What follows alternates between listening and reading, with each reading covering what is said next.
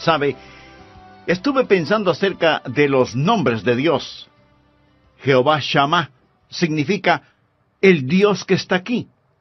Jesús dijo, porque donde están 2 o 3 congregados en mi nombre, allí estoy yo en medio de ellos. Gracias a Dios por eso. Jesús está con nosotros. Jehová Shammah está aquí, más cercano que la persona que puede estar junto a usted. Por favor, abra la palabra de Dios en Romanos capítulo 12.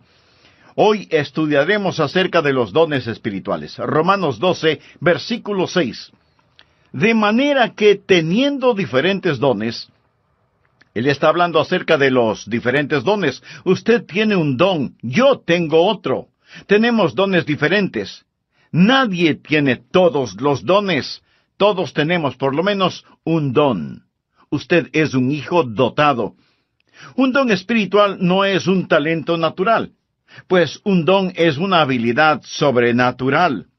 Puede ir entrelazado con un talento natural, pero va más allá. No es natural, es sobrenatural. Es un don de gracia. La palabra griega para gracia es charis. Por ello lo llamamos un don carismático. Usted es un hijo dotado, y quizás se sienta indigno. Tal vez diga, no soy dotado, pastor, solo soy un humilde obrero. Ni siquiera soy digno de dirigir en oración silenciosa en el departamento de niños. Mi amigo, usted es un hijo dotado. Alejandro Magno, el gran general conquistador, una vez dio una preciosa e invalorable copa de oro a un humilde sirviente. Cuando el sirviente vio el regalo, exclamó, «Oh, no, eso es demasiado para que yo lo reciba». Y Alejandro se irguió y dijo, «Pero no es demasiado para mí el darlo. Dios es el que da el don. Por eso, no se acerque con una humildad falsa diciendo que usted no tiene ningún don particular». En los tribunales de Cristo, usted dará cuentas de lo que hizo con su don espiritual y su mayordomía de ese don espiritual. Así que usted necesita descubrir su don espiritual, y hoy vamos a estar hablando acerca de cómo descubrir su don. Veamos en primer lugar la presentación de sacrificio. Todo empieza con la presentación de un sacrificio. Por favor, mire Romanos 12, versículo 1. Así que, hermanos, os ruego por las misericordias de Dios, que presentéis vuestros cuerpos en sacrificio vivo, santo, agradable a Dios, que es vuestro culto racional. Subraye las palabras presentéis y sacrificio, y entonces entenderá por qué hablo de la presentación de un sacrificio. Pablo escribió bajo la inspiración divina y empieza diciendo, os ruego. Usted sabe lo que significa rogarle a alguien. Significa suplicarle. Y puesto que Pablo escribió por Dios mismo, casi es como si Dios estuviera de rodillas delante de nosotros, rogándonos. Esta es la oración de Dios hacia nosotros. Cuando oramos a Dios y le decimos, Señor, te ruego, Señor, por favor, Señor, por favor. Bien, si no oímos la oración de Dios hacia nosotros, ¿por qué Dios debe oír nuestra oración a Él? Nuestro Señor está diciendo, os ruego que presentéis vuestros cuerpos en sacrificio vivo. ¿Por qué? En base a las misericordias de Dios. Él es bueno siempre, ¿verdad? Oh, gracias a Dios por sus misericordias. Cuando éramos rebeldes y estábamos bajo maldición e íbamos rumbo al infierno, cuando estábamos en oscuridad y no entendíamos, Él por su misericordia nos buscó, nos salvó, nos guarda, nos satisface, somos suyos, nos compró con su sangre. Escúcheme cuidadosamente.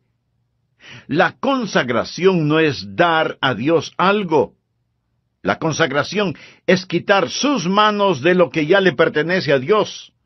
Usted no es su dueño, usted sencillamente quita sus manos de éste. Usted no puede decir, es mi vida, no lo es. Usted no es su dueño. Fue comprado con un precio y debemos ser un sacrificio vivo. ¿Qué significa que debemos ser un sacrificio vivo? Permítame decirle lo que significa. En primer lugar, va a ser diferente a cualquier sacrificio animal del Antiguo Testamento, porque ningún sacrificio animal fue voluntario. Usted se ofrece, se presenta. ¿Lo ha hecho alguna vez? Simplemente ha dicho, heme aquí, Señor, me presento a ti, soy un voluntario. Todo lo que tengo es tuyo. Wilbur Chapman fue un gran evangelista, y él le preguntó al general Wood, el fundador del Ejército de Salvación, «General, ¿cuál es el secreto de su vida? ¿Por qué Dios lo ha usado tanto?» El general Wood pasó su mano por sus blancos cabellos, pensó por un momento y luego contestó, «Dios tiene todo de mí. Ha habido hombres más inteligentes, enormes oportunidades, pero yo desde el día que tuve la visión de lo que Dios podía hacer por la pobre y antigua ciudad de Londres, determiné en mi mente que Dios poseería todo de mí», de William Booth. Permítame preguntarle, ¿alguna vez le ha dicho eso a Dios? Dios, aquí estoy. Puedes tener todo lo que soy. Me presento voluntariamente como un sacrificio, sabiendo que eso significa que soy desechable. Todos mis planes y metas, así como las llamadas posesiones, los sacrifico, Señor, a tu sangre. ¿Esto no le parece extraño a usted? Bueno, lo es para la gente moderna. Queremos tomar nuestro cristianismo y fijarlo a nuestra vida regular. Queremos defender nuestra vida, nuestros derechos. Permítame decirle lo que le sucedía a un sacrificio en el Antiguo Testamento. Era degollado. Por lo tanto, no más planes propios. Se lo ponía en el altar, y toda vez que era un sacrificio de sangre, había la tendencia de que el sacrificio se resbalara del altar, por lo que usaban dos ganchos llamados ganchos de carne. ¿Sabe usted qué es lo que le sujeta al altar? ¿Tiene usted la tendencia de resbalarse del altar? Bueno, yo la tengo. Hay dos ganchos que lo mantendrán en el altar: disciplina y devoción. Y para pertenecer al Señor Jesucristo, eso es lo que debe hacer, presentarse como sacrificio vivo. Pero la mayoría de nosotros no queremos usar esos ganchos, disciplina y devoción, que nos mantendrán en el altar del sacrificio. ¿Sabe lo que el creyente promedio dirá al respecto? Yo no quiero estar obligado a nada. Me uniría a la iglesia, pero no quiero estar obligado a nada. Puedo prometer una ofrenda de amor, pero no quiero estar obligado. Quiero ser libre. No, mi amigo. Esto no es un sacrificio. ¿Y qué es lo que le pasaba al sacrificio en el Antiguo Testamento? Era consumido, era quemado. ¿Sabía que usted nunca adorará a Dios verdaderamente hasta que sea consumido? ¿Alguna vez ha sido consumido por el fuego santo de Dios? Eso es lo que Pablo está diciendo. Pero algunos de ustedes objetarán diciendo, un momento, pastor, por favor, yo no quiero hacer todo eso. Solo quiero que me diga cuál es mi maravilloso don espiritual. Bueno, Pablo se lo va a decir.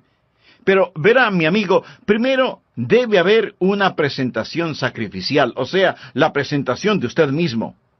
Usted dice, Pastor Rogers, si yo hiciera eso, ¿quién sabe lo que Dios quisiera que yo haga? Suponga que usted tiene un hijo, jovencito, y suponga que un día su joven hijo viene y le dice, Papá, he estado pensando, tú eres tan sabio, amoroso y bondadoso, y tienes tanta experiencia. Por eso, me parece que lo mejor que puedo hacer es pedirte consejo. Y lo que tú me digas que debo hacer, eso es lo que haré, y lo haré de todo corazón. Dime qué quieres que haga, dónde quieres que vaya, qué deseas que estudie, quiénes quieres que sean mis amigos. Lo que me digas, lo haré. Y usted piensa, mi hijo debe tener calentura. Pero suponga que en verdad quiere hacer lo que usted le pide. Así que usted va donde su esposa y le dice, parece que a nuestro hijo lo tenemos en las manos. Él se va a arrepentir de haberme dicho que hará cualquier cosa que yo le pida.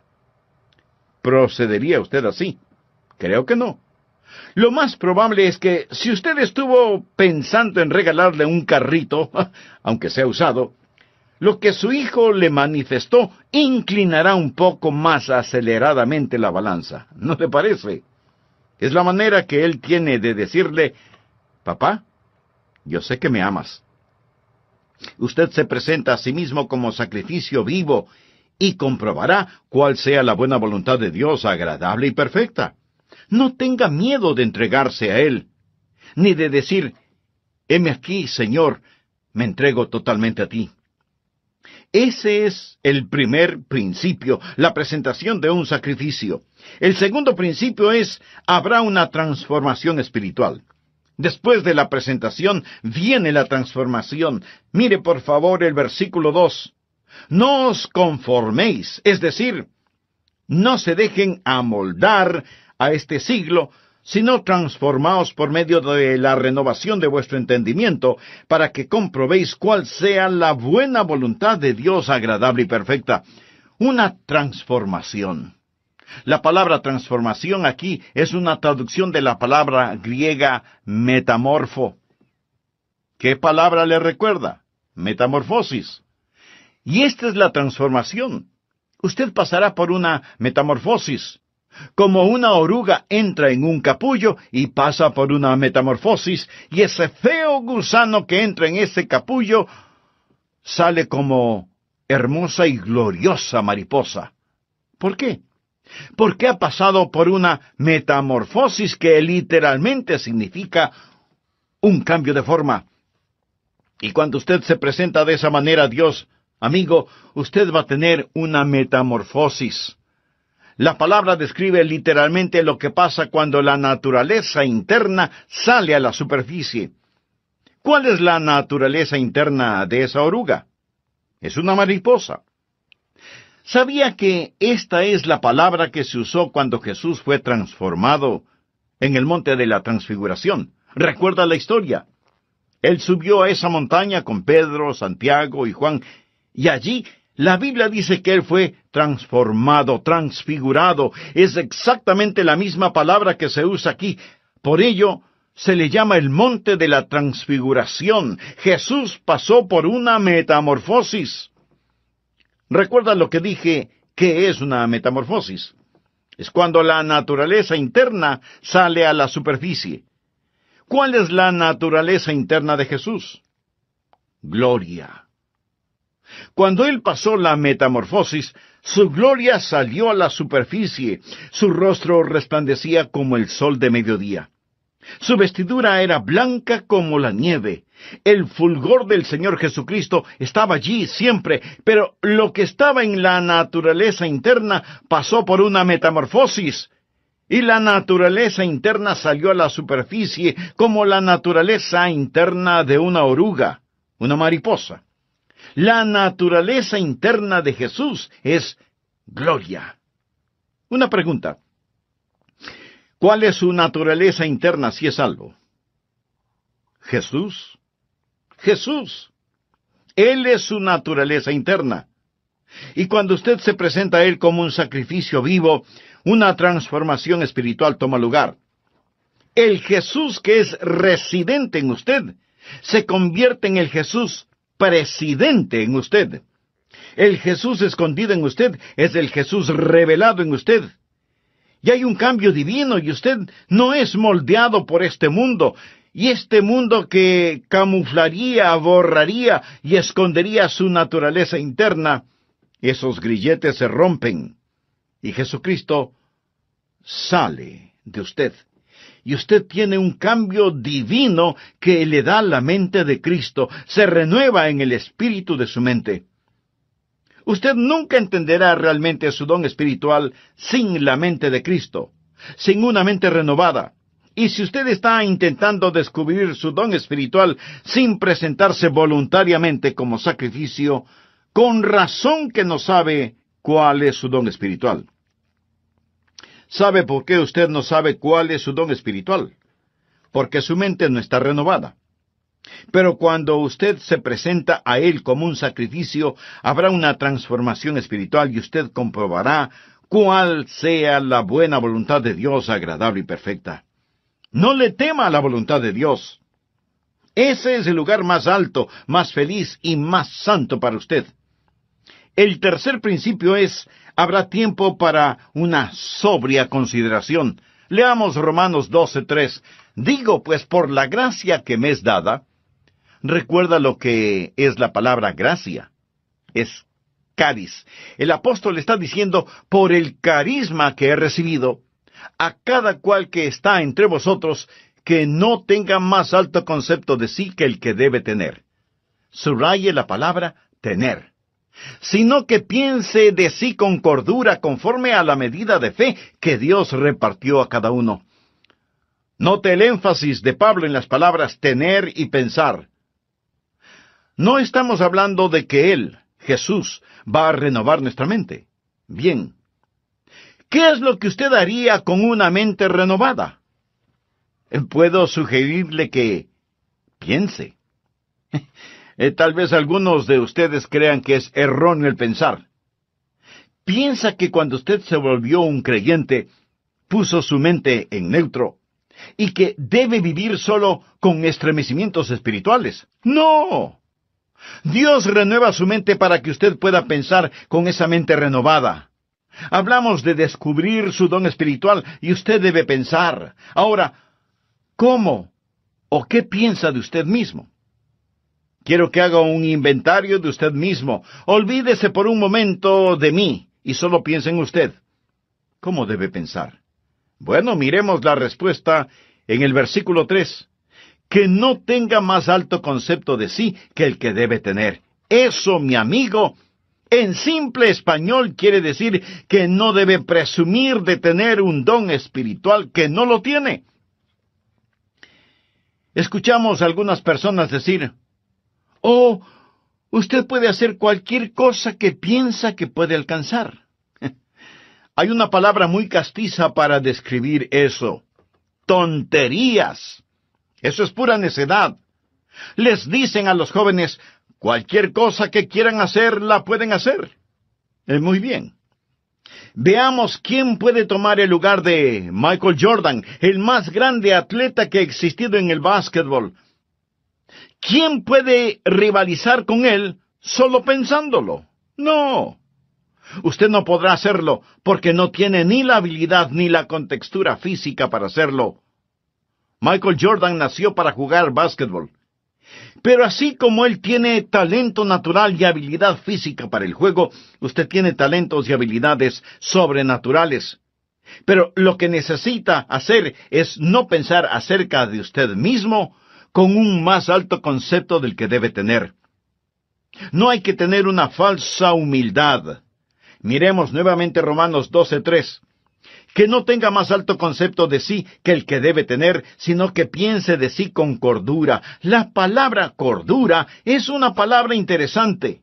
Proviene de dos palabras griegas que significan ahorro y mente. Pensar con cordura. Decir, soy lo que soy por la gracia de Dios. Así que no vaya por ahí diciendo que usted no tiene ningún don espiritual. Eso no es más que una falsa humildad.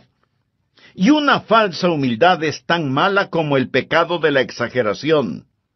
El decir que usted tiene un don espiritual no es malo, pero el decir que no lo tiene es rebelión. Tiene que pensar con cordura, o sea, tiene que pensar honestamente acerca de lo que tiene. El negar el regalo de la gracia no es humildad, es incredulidad y rebelión. Pensar de nosotros mismos con cordura, sin pecaminosa exageración ni falsa humildad. Mírese a usted mismo. Haga un inventario de usted mismo. Pero, pastor, eso suena complicado. ¿Podría ayudarme un poquito? Deme alguna guía de cómo pensar. Bien, En el próximo programa de esta serie le daré a conocer varios principios que le ayudarán mucho en este asunto de descubrir su don o dones espirituales. Antes de finalizar, quiero decirle que si usted hizo un inventario honesto de usted mismo, seguramente descubrió no solo que no está utilizando sus dones, sino que no tiene una relación personal con el dador de sus dones. Y para activar esos dones espirituales, usted necesita estar conectado a la fuente de poder. Si ese es su deseo, le invito a orar de la siguiente manera. Amado Dios, sé que he estado viviendo una religiosidad que no ha cambiado mi manera negativa de vivir. Me reconozco pecador delante de ti y vengo a implorar tu misericordia, tu perdón, tu gracia. Señor Jesús, gracias por pagar la deuda de mi pecado con tu propia vida en la cruz del Calvario. Gracias por amarme de tal manera. Este mismo momento por fe te recibo en mi corazón como mi Salvador y Señor. Ten la bondad de hacerme un instrumento útil en tus manos y utiliza mi vida y los dones que me has dado para honra y gloria de tu nombre. Lo pido en tu nombre.